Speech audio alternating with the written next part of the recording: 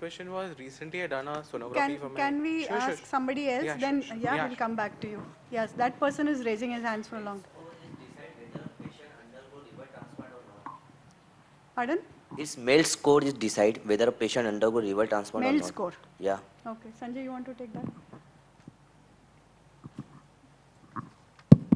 Can I ask you, why are you asking this question? Actually, my father is undergo liver disease, and Okay. that's why. This Bud Chiari or? Actually, the all the segment that doctor says is all the segments that connecting to liver are blocked. नहीं, see the thing is, मैं हिंदी में बात करता हूँ, तो basically अगर बड कियारी है तो उसमें जो हम अप्रोच करते हैं लिवर ट्रांसप्लांट वो अलग तरह से करते हैं। रूटीन लिवर की बीमारी में जो लिवर ट्रांसप्लांट हम करते हैं, तो ये मेल्ड स्कोर सब लोगों के लिए मैं बताता हूँ कि बेसिकली लिवर कितना ख़राब है उसके लिए 3 जो टेस्ट होते हैं उसका एक स्कोर कैलकुलेट किया गया है। ये मेल्ड स्कोर क्यों लाया गया ये भी जानना अच्छा है। ये इसलिए लाया गया कि दुनिया में जब डोनर्स कम हैं और रेसिपिएंट ज़्यादा है तो कैसे हम डिसाइड करें कि किसको पहला लिवर मिले, तो उसके लिए मेल्ड स्कोर है, इसको कंपेयर करने के लिए। दूसरा एक मेल्ड स्कोर का ये है कि पेशेंट को ट्रीटमेंट देने में पेशेंट का लिवर का बीमारी कितना ख़राब है उसके लिए मेल्ड स्कोर है। लेकिन बर्ड कियारी में मेल्ड स्कोर का इतना रेलेवेंस नहीं है। बर्ड कियारी में ऐसा है कि अगर लिवर काफ़ी ख़राब भी है तो भी उसको कुछ करके स्टेंटिंग करके, या डॉक्टर शाह जी आपको बताएंगे, लेकिन काफ़ी आगे चली है बीमारी ऐसे पहले लगता है बर्ड कियारी में, लेकिन स्टेंटिंग करके उसको रिवर्स किया जा सकता है। तो बर्ड कियारी में अगर किसी का मेल्ड स्कोर 20 है, नॉर्मली हम बोलते हैं कि 14 के ऊपर ट्रांसप्लांट करना चाहिए, लेकिन बर्ड कियारी किसी को है और उसका मेल्ड स्कोर 20 है तो हम ये नहीं बोलेंगे ट्रांसप्लांट ही करना चाहिए, हम ये बोलेंगे कि शायद दूसरा ट्रीटमेंट ऑप्शन पहले ढूंढो, और कुछ स्टेंटिंग या रेडियोलॉजिकल जो ऑप्शन है जैसे डॉक्टर शाह जी करते हैं वो पहले ट्राई करना चाहिए। एक्चुअली पापा का स्टेंटिंग हो चुका है पर कुछ असर नहीं हुआ और currently MELD score is 33। That's why asking. So हर एक पेशेंट को स्टेंटिंग का फ़ायदा होता ही है ऐसे नहीं, लेकिन हमारे अनुभव में मैं अगेन एंड अगेन बर्ड कियारी के तरफ जा रहा हूँ कि आज का मीटिंग उसके बर्ड कियारी में मेजॉरिटी के पेशेंट्स को कुछ ना कुछ फ़ायदा स्टेंटिंग से होता है। शायद डॉक्टर शाह जी इसके ऊपर बात कर सकते हैं, वो हिंदी में बात करने की कोशिश करें, ऐसे में उनको।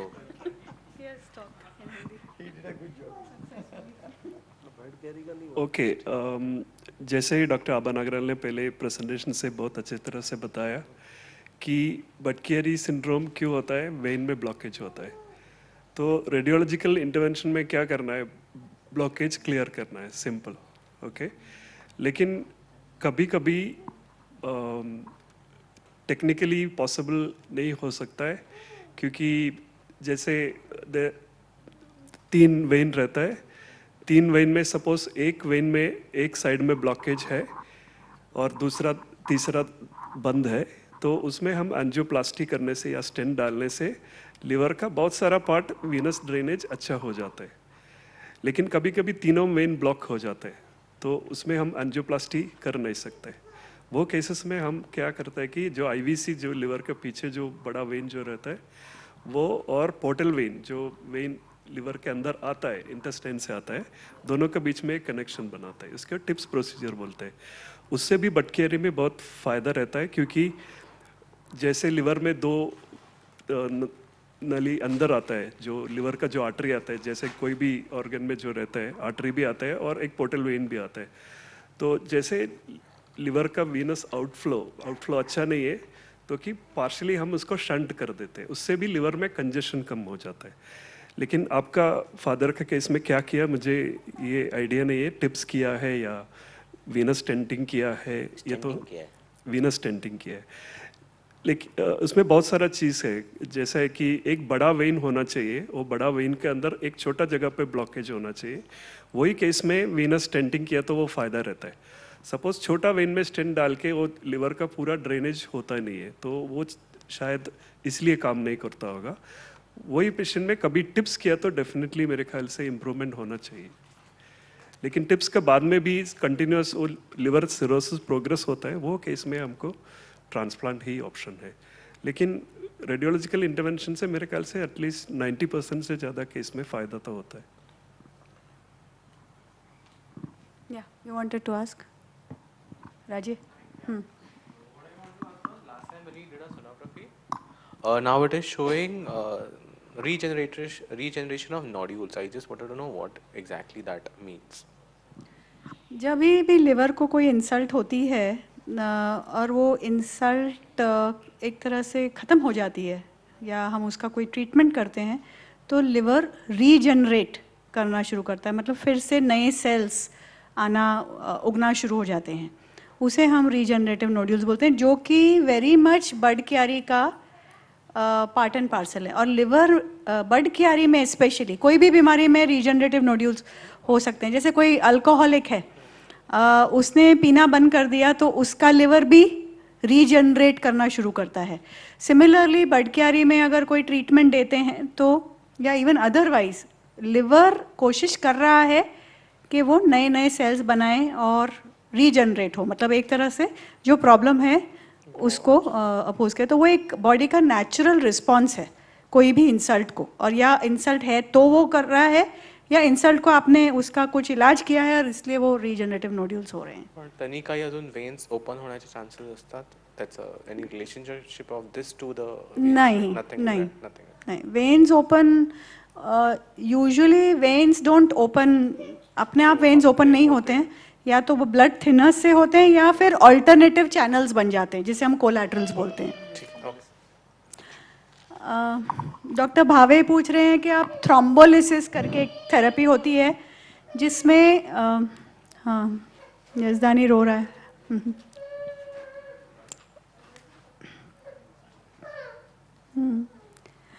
तो थ्रोम्बोलिसिस करके एक थेरेपी होती है जो जैसे किसी को स्ट्रोक हुआ, अक्यूट ब्लॉक ब्रेन में हुआ या हार्ट में हुआ तो क्लॉट बस्टर एकदम इमीडिएटली एक एंटीकोएगुलेंट इंजेक्शन होता है जिससे पूरा क्लॉट ब्लस्ट हो जाए. मोस्टली बर्ड क्यारी के पेशेंट्स हमारे उस स्टेज में नहीं आते हैं. ज़्यादातर हिस्ट्री कुछ दिनों की या हफ्तों की या महीनों की या इवन कभी कभी सालों की होती है, तो हम एकदम अक्यूट स्टेज में नहीं कर सकते हैं. तो इस स्टेज में हमारे पास पेशेंट्स बर्ड क्यारी में नहीं आते हैं, इसलिए वो thrombolysis usually not possible in patients में. Good evening everybody. First of all तो चिल्ड्रन रिवल फाउंडेशन का मैं थैंक्सफुल हूँ क्योंकि सिंगल प्लेटफॉर्म में सब लोग आके एज अ पेरेंट्स को गाइड कर रहा है कि exactly what is bird carry. Actually मेरे बेटी को 7 मंथ्स होने पे बर्ड कैरी ट्रीट हुआ था. डॉक्टर अबा नागरा और डॉक्टर शाहजी ने उनको बलून प्लास्टिक वेनोप्लास्टिक किया था. आफ्टर दैट PTINR हम लोगों ने किया. मेरा क्वेश्चन वारफरिन पे है. एक्चुअली क्या है कि अभी मेरा पेडिट्रिशियन सर्जन है वो है doctor Raju Redkar who is from Lilavati hospital.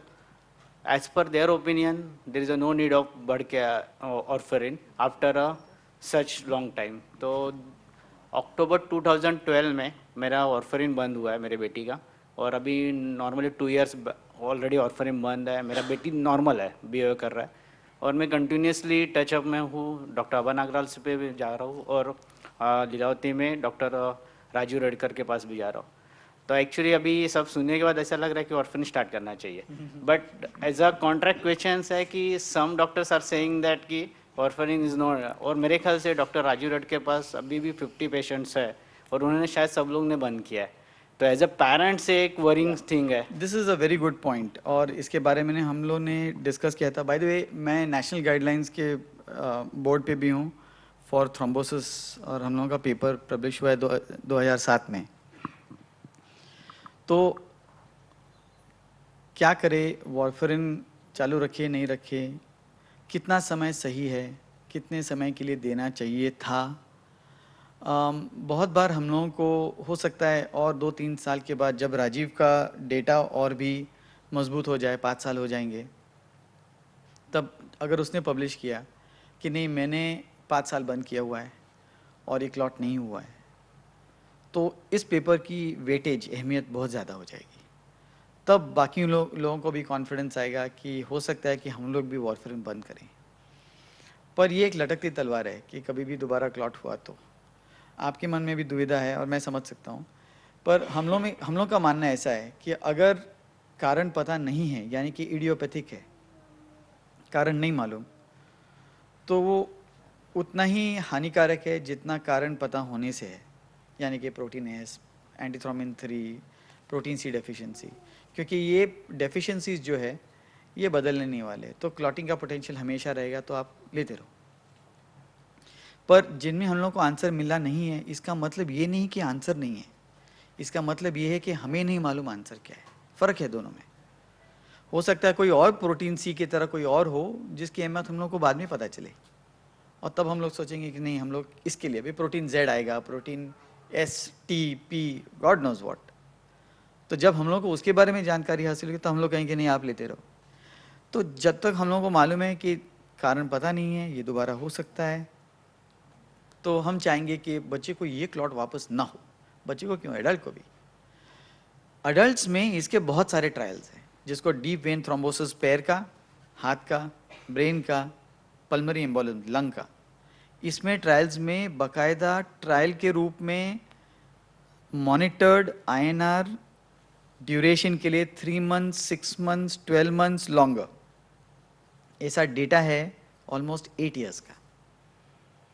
तो वो लोग ग्रेड A1, ग्रेड B1 या ग्रेड 2 ऐसे रिकमेंडेशन लेवल्स हैं कि जिस स्ट्रेंथ के साथ वो बता सकते हैं कि नहीं, आपको लेना है या नहीं लेना है, बंद करना है या नहीं बंद करना है। उस लेवल तक हम लोग पहुँचे नहीं हैं। पर इनका जो ग्रुप है, बडकियारी का, राजीव का जो है, और इन लोगों को अपने आप में एक नेटवर्क बनाना चाहिए। एक दूसरे से जानकारी हासिल करके वो लोग फिर अपनी इंसिडेंट्स, आउटकम्स, ड्यूरेशंस और किस में कंटिन्यू करें, किस में ना करें। जैसे एक बच्चा है XYZ, बंद किया, उसको दोबारा हुआ, क्यों हुआ, तो वो टेस्ट बाकी के सब में करना चाहिए जिनको बंद करना होगा। अगर आप बंद करना चाहते हो तो ये टेस्ट पहले करो, अगर वो नेगेटिव है तो हो सकता है आप। So we will learn from kids, but till that time to say stop, but I am sure Rajiv's data will come out soon, so that will be nice. We'll see what he has to say.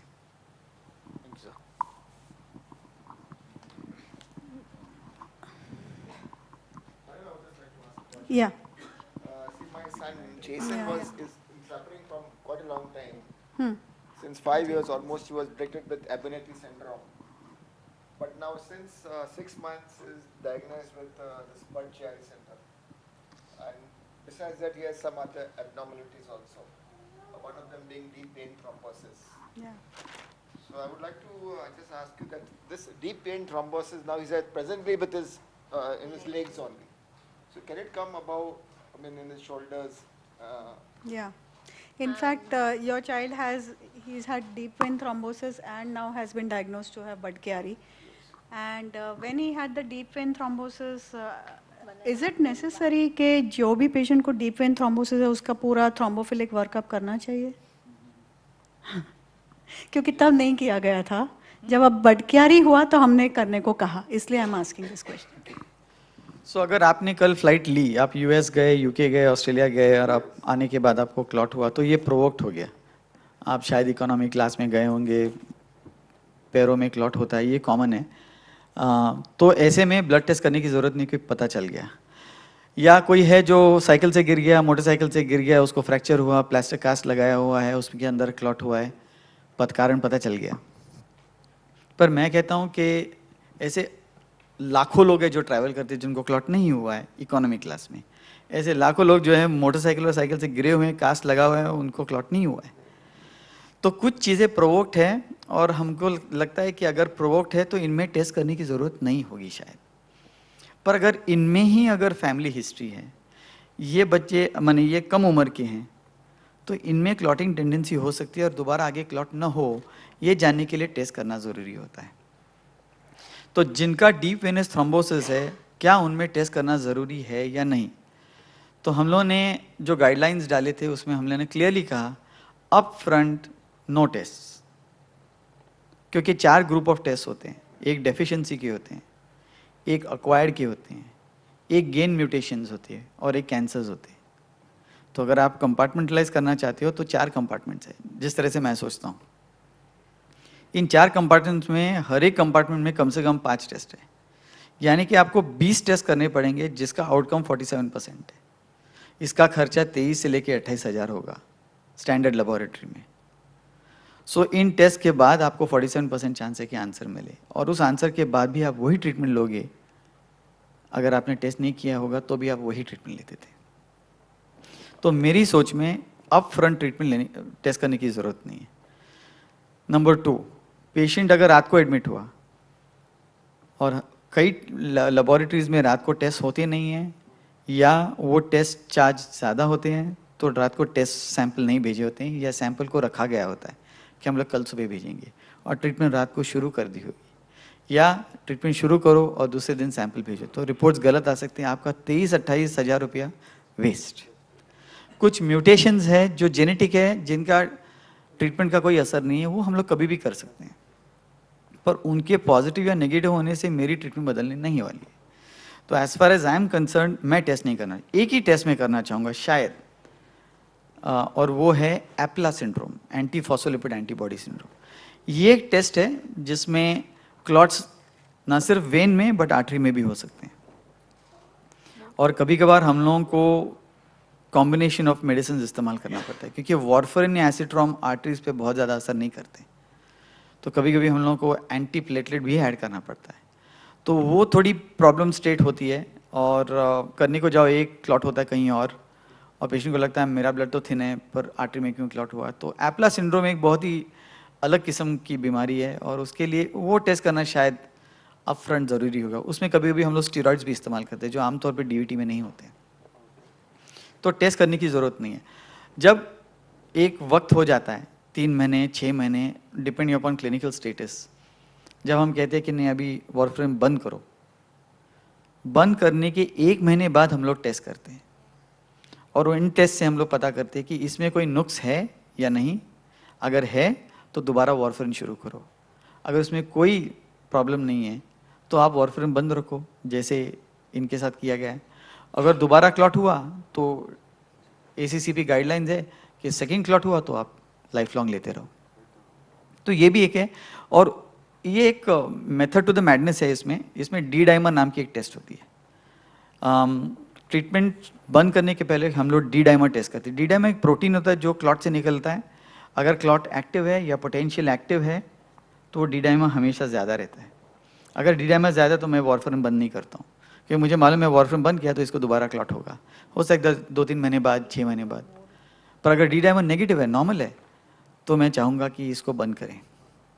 Last point, Wharf ऐसा नाम की एक trial भी publish हुई थी 2 साल पहले हमारे बहुत ही अच्छे इंपॉर्टेंट जर्नल में, जिसका नाम है new England journal of medicine, NEJM। उसमें वॉर्फ ऐसा, वॉर्फ मीन्स वार्फरिन, एक्चुअली उसका नाम है warfarin Wisconsin alumni research foundation. ये विस्कॉन्सिन एलुमनाई जो थे उन्होंने मिलकर ये मॉलिक्यूल बनाया था। तो वार्फरिन वहाँ से आया है, Wisconsin alumni research foundation. So warfarin followed by aspirin, acetyl salicylic acid, ऐसा। तो जिनमें हमें लगता है कि इसमें क्लॉट होने के चांसेस ज़्यादा है, वार्फरिन बंद करने के बाद, जो डी डाइमर के बाद ही होता है, डी डाइमर नेगेटिव, वार्फरिन बंद करो। 1 महीना टेस्ट नहीं होने वाला है, पर 1 महीना टेस्ट जब होने हम लोग रुके हैं, ऐसा हो कि दोबारा क्लॉट हो जाए, तो एस्पिरिन दिया जाता है। एस्पिरिन ट्रायल में वार्फरिन कंटिन्यू किया था, एस्पिरिन दिया था और कुछ नहीं दिया था। तो ये 3 आर्म से पता चला जो एस्पिरिन ले रहे हैं उसमें 50% से भी कम क्लॉटिंग हुआ था, जो कुछ नहीं ले रहे थे उनमें 50% ज़्यादा था।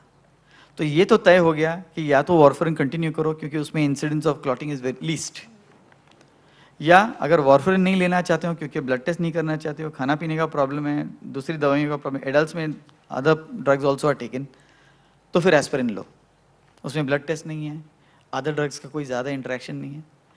बंद मत करो, या तो बंद करो और देखो अगर दोबारा क्लॉट हुआ तो go back to warfarin. So it's a very difficult situation for deep vein thrombosis to decide whom to stop treatment. It's a very difficult. I hate that time when I have to decide. Because easy क्या है? Continue करो। क्योंकि body का, और मैं ये भी देखता हूँ कि आपने 2 साल लिया है, 3 साल लिया है, बच्चे को कभी ब्लीडिंग हुआ है, लाइफस्टाइल पे क्या असर पड़ा हुआ है, बच्चा कितना एक्टिव है, अगर वो खेलने वाला है, contact sports, cricket, hockey, football, तो वार्फरिन कहाँ से लेंगे आप? तो सब सोच के फिर उस पेशेंट के लिए डिसीजन लेना पड़ता है, जो बहुत मुश्किल है। ये माने सिंपल टैबलेट है बट इम्प्लीकेशंस बहुत ज़्यादा है। No, उसको डॉक्टर ने बोला था, but doctor has told him that you should wear stockings. ऐसा कुछ है for comfort. Yeah, stockings for DVT is very good. Comfort से दो चीजें होती है He इससे gets, actually. pain, leg pain. Yeah, Always yeah. he So that's complains called of leg pain. post thrombophlebitic syndrome, PTPS. तो अगर ये leg के लिए लेग क्लॉट्स, तो लेग क्लॉट्स कभी क्लॉट होने की वजह से जो हाईवे ब्लॉक हो गया है, तो बाईपास शुरू होते हैं. तो बाईपास हमेशा छोटे रहेंगे, अच्छा. मेन वेन की तरह होंगे नहीं. तो इसमें से खून का जो बहाव है वो स्लो होता है, तो दोबारा उनमें भी क्लॉट हो सकता है. तो जो पैर में है बच्चे के, वो पैर में जो वेन्स दिखाई देंगे उसको वेरिकोसिटीज कहा जाता है, वेरिकोस वेन्स. तो उनको कंट्रोल में रखने के लिए स्टॉकिंग्स डालना जरूरी है. और स्टॉकिंग्स ऐसे नहीं, स्टॉकिंग्स जो बराबर से प्रेशर स्टॉकिंग्स हो, जहां प्रेशर नीचे से ऊपर हो. हाँ, it's difficult to wear. Get the cotton one and wear below knee. Don't wear thigh length. Thigh length is impossible. I have worn it for prevention of DVT. It's horrible. Below knee, I could manage. Cotton ones, and you can wear them, and they are very good. They really make a lot of difference. The legs pain less, swelling is less at night. And at night, the kid can keep legs on a pillow, swelling is Night only he less. complains. Every day night he complains. Correct, correct. So legs on pillow. Yes, yes. Okay. Yeah, many. Yeah, one sec. That person is in blue has been raising his hand for a while. After that, Rashmi, and then you. Yeah. Hello, doctors. My son Aryan was diagnosed with the bird carie when he was 8 months old. Now he's almost 23 months old. He's doing absolutely fine. The only fortunate thing was the diagnosis was very quick. So after ascites, within 30 days, right? Within 1 month, or less than a month, he was diagnosed with this particular thing, and Dr. Abha Nagal is taking care of him. So as of now, he's totally fine. And the time has come that he has to go to school, the preschool and all. So the question is, should we take any special care when he goes to school? Or should we inform the authorities in the school that he is suffering from this this particular syndrome, and special care has to be taken? Or can he be looked at a normal child who goes to school? He is on warfarin. What is he on? No, he is on heparin, daily injections. He is on injections. Yeah. So there are some जो बहुत छोटे बच्चे हैं, we have put them on heparin. So yeah, you are. Yeah, so Okay. yeah, Sorry. he is now almost 2 years old. So in addition to his question, in terms of helping him lead a normal life, so the one question is about whether we should be sending him to a play group right now, or should we hold on for another 6 months? Because I see other children as well, and he's right now on heparin. The other decision point, in fact, there are appointments planned first week of November, wherein there was a possibility that we shift from heparin to warfarin. That is a decision which we had to take now. The other hematologist who's treating us is Dr. Sanyal, who is, as he mentioned, that whether we should stop anticoagulation altogether, and you happen to mention that it's a lifelong thing, so that's a decision point. As of now, it is lifelong. These things will keep changing as time goes along, because we wouldn't want the child to have a second clot. So there has to be a international published peer-reviewed data to stop. Otherwise, no one's going to stop so easily. Okay. Unless, as parents, you decide that no, my child cannot handle warfarin, I cannot do the test. It's a problem. We don't know how to monitor. It's difficult to monitor. Child is coming from a smaller center, smaller area. There's no warfarin management. Then, in that case, maybe you could stop. Okay. Now the question is, what is a good time? Because हमने बहुत सारे बच्चे, एक साल से कम उम्र में diagnose हुए हैं, वेयर हम वॉरफरिन हेपरिन स्टार्ट करते हैं. तो आपको क्या लगता है कि किस उम्र में वो स्विच करना चाहिए? And as far as your question, the school should be informed. And जैसे इन्होंने बताया कि कॉन्टैक्ट स्पोर्ट्स जो होते हैं, of course not now, but जैसे जहाँ लगने का चांस हो, जैसे फुटबॉल हुआ, क्रिकेट हुआ, hockey, wherever there's a chance of getting injured by the sport. Badminton, table tennis are okay, those kind of sports. But these kind of sports should be avoided. What is your, any guidelines on this?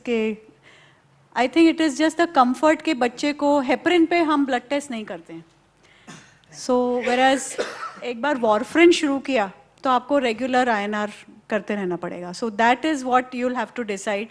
The chances of bleeding are equal with both. It's not कि heparin से bleeding नहीं होगा. It's just that heparin पे आप blood test नहीं कर रहे हैं मॉनिटर करने के लिए. ऐसे वारफरिन एक बार शुरू कर दिया तो आपको रेगुलर मॉनिटरिंग करते रहना पड़ेगा. एंड वी नो के INR ऊपर नीचे पहुंच जाता है, काफ़ी वेरिएशन रहता है. सो आपका कहना है कि बिल्कुल भी इन बच्चों को पालक, मेथी ये सब नहीं देना चाहिए? नहीं, what is the advice you give खाने के बारे में, डाइट के बारे में?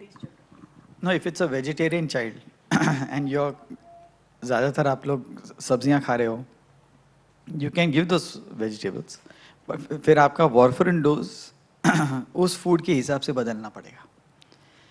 तो जिस बच्चे को 1 मिलीग्राम लगता है वो हो सकता है 3 मिलीग्राम लगे, बिकॉज आपको वो उसका इफेक्ट ओवरकम करना पड़ेगा. That's all. तो बहुत सारे पेशेंट्स हैं जो वेजिटेरियन हैं, जो चाहते हैं कि वो हरी सब्जियां हर रोज़ खाए. अलग टाइम पे खाइए और डोज एडजस्ट करते जाइए. INR मुझे 2 और 3 के बीच में चाहिए. आपको क्या कहा गया है, INR कितना चाहिए? तो मेरा एक पेशेंट है जो 27 मिलीग्राम दिन का ले रहा है, और मेरा एक पेशेंट है जो 1 मिलीग्राम मंडे, वेंसडे, फ्राइडे ले रहा है, और दोनों में INR 2-3 के बीच में है. ये इसको फार्माकोजेनोमिक्स कहते हैं. हर एक आदमी, मैंने सबको अगर 1 मिलीग्राम वारफरिन दिया, सबका INR अलग आएगा, क्योंकि हम सब लोग अलग तरीके से लिवर में मेटाबोलाइज करते हैं. कोई फास्ट है, कोई स्लो है. जैसे किसी को 3 पैक की ज़रूरत होगी टुन होने के लिए, किसी को 1 की ज़रूरत है. अल्कोहल कितना मेटाबोलाइज होता है rapidly depends upon your liver. So same thing with warfarin, there is no difference between that. So fast acetylators, slow acetylators, so adjust the dose of warfarin. Of course continue with the, but fluctuation will be quite a lot, and that's why we say at least हरी सब्जियां आप कम करो. तो मेरे patients हफ्ते में 2 बार लेते हैं हरी सब्जियां, and most of the time patients are happy with twice in a week. They don't mind.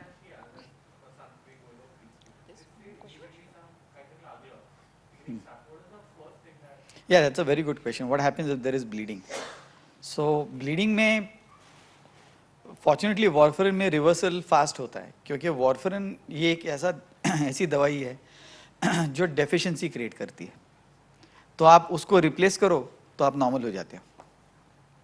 तो ऐसे में अगर वारफरिन पे ब्लीडिंग हुआ तो हम लोग प्लाज्मा देते हैं. प्लाज्मा किसी का डोनेट किया हुआ खून का एक हिस्सा है जो पीला वाला है, और वो ब्लड बैंक पे मिलता है, ब्लड ग्रुप के हिसाब से मिलता है. पर आपको बच्चे को हॉस्पिटल में ले जाना पड़ेगा, ब्लड ग्रुप पता होना चाहिए, एंड एनीवे अगर मालूम होगा तो भी उस दिन वापस करना पड़ेगा. ये FDA रूल है. FDA का रूल है कि जिस दिन बच्चा हॉस्पिटल में एडमिट होगा उस दिन दोबारा से ब्लड ग्रुप होके फिर उसी ग्रुप का प्लाज्मा चढ़ाया जाएगा, और वो प्लाज्मा देने से जो ब्लीडिंग है, जो टेंडेंसी है, वो रिवर्स हो जाएगी. वो जो कारण है वो शायद रिवर्स नहीं होगा. इसका मतलब ये है कि अगर पेट के अंदर अभी एडल्ट में अल्सर है, या एडल्ट में पाइल्स है, या लेडीज़ में ब्लीडिंग बिकॉज ऑफ पीरियड्स होता है, वो रिवर्स नहीं होने वाला है. क्योंकि जब तक आप अंदर का प्रॉब्लम को सॉल्व नहीं करते हो, ब्लीडिंग होता रहेगा. जिनका INR नॉर्मल है और पेट में अल्सर है, उनको भी ब्लीडिंग होने वाला है. उनका ब्लीडिंग INR की वजह से नहीं हुआ है. पर जिनको अल्सर है और जो वारफरिन ले रहे हैं, उनका INR हाई होने की वजह से उनको ब्लीडिंग होगा, ज़्यादा होगा. तो INR यानी कि वारफरिन की वजह से जो INR बढ़ा हुआ है, it is not an initiator of bleeding. It does not cause bleeding, but it's perpetuates a bleeder. अगर कोई और कारण की वजह से ब्लीडिंग हो रहा है, ये उसको प्रोत्साहित करता है कि और ब्लीडिंग हो जाए, तो उस खेल में वो अपना हाथ धो लेता है. तो reversal is very fast with plasma. पर जनरली मैंने देखा है अप टू 3, 4, 5, हम लोग के पास 7 INR लेके पेशेंट्स आते हैं. They don't bleed spontaneously. Bleeding होता है जब they get a contact, sport injury, fall, road traffic accident, procedure हुआ है और उनको पता नहीं था कि पेशेंट वारफरिन पे, फिर बाद में ब्लीडिंग हुआ. इनमें ब्लीडिंग बहुत ज़्यादा होती है, फिर रिवर्स करना पड़ता है. और यही प्रॉब्लम जो न्यूअर ओरल एंटीकोएगुलेंट्स है, ये है कि उनके लिए रिवर्सल नहीं है, क्योंकि न्यूअर ओरल एंटीकोएगुलेंट्स डेफिशिएंसी नहीं बनाते, वो प्रोटीन को इनहिबिट करते हैं. फ़र्क है दोनों में. तो इनहिबिशन की वजह से आप कितना भी प्लाज्मा दो, इनहिबिशन निकलेगा नहीं. इसके लिए फियर है न्यूअर एंटीकोएगुलेंट्स के बारे में अबाउट ब्लीडिंग। अच्छा, एक अगर ब्लीडिंग बहुत कम है, समझो बाय मिस्टेक बच्चे ने नाक को साफ किया और नाखून अगर अंदर लग गया है, इसके लिए मैं प्लाज्मा नहीं देने वाला हूँ, ये तो ब्लीडिंग ईजिली बंद होने वाला है। घर पे ट्रानेक्सा रखो, ट्रानेक्सा में एक ऐसे टैबलेट आती है पॉज, आप उसको कूटो, पाउडर बनाओ, साफ पानी डालो, थिक पेस्ट बनाओ, रुई लो।